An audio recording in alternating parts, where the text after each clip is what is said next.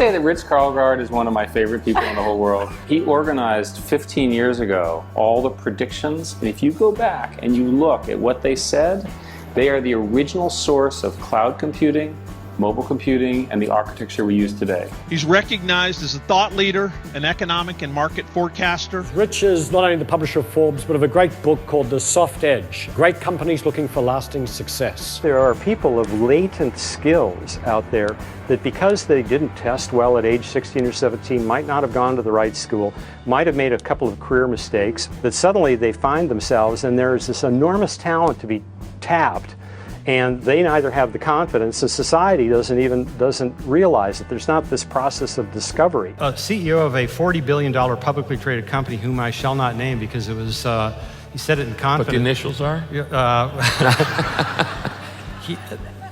He said...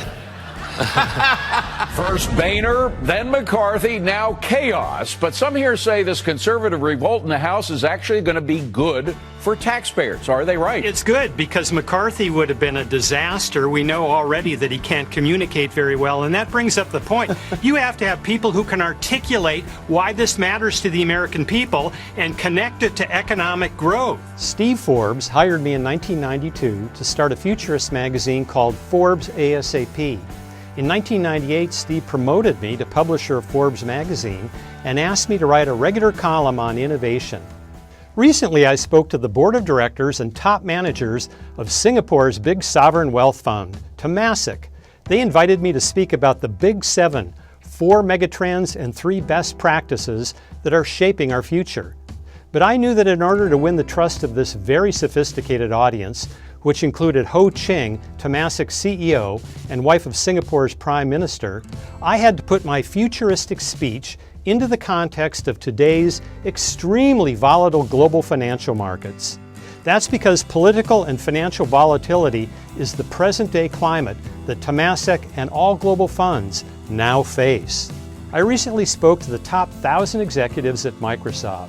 The COO, Kevin Turner, wanted me to talk about my book, The Soft Edge, and how to create a healthy and innovative culture for the long run. The book, the messages, the themes that you're going to hear about, I think really resonated with me even stronger than many of the wonderful programs we've had over the last 10 years. He hoped my talk would support a top goal of Microsoft's new CEO, Satya Nadella, which is to reshape the Microsoft culture, make it more innovative, and take more risk.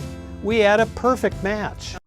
If you don't make the customer feel really proud that they're smart, that they're dealing with you and not the other people, and if you don't have just that little bit of wonder, then you kind of fall into this commodity vortex where no one wants to be.